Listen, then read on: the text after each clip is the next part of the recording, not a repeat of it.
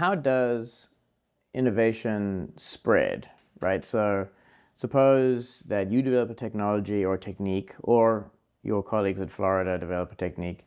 How is it that it moves to be adopted by other surgeons? Is there some kind of formal process, or is it more informal? Well, I mean, I have some good examples of this. Actually, meeting for these Stein events. I mean, I don't know why I keep coming back to, he's a stellar surgeon, probably is why, but this guy, Kelly Foote, I meet with him and we have a drink or two, and we're always just talking about the details of surgery, So how do you put your incisions on the scalp, right? These things sound like, well, that's not very innovative. That's the kind of thing people are thinking about a couple hundred years ago, but there are informal ways that we spread small innovations, right? And then there are formal ways like publications that we read from each other. But a lot of the smallest innovations, at least in neurosurgery and probably in neurology as well. I think the equivalent for us would be, as we're programming the devices, different techniques, different approaches that we'll learn from each other as we interact in conferences and other settings,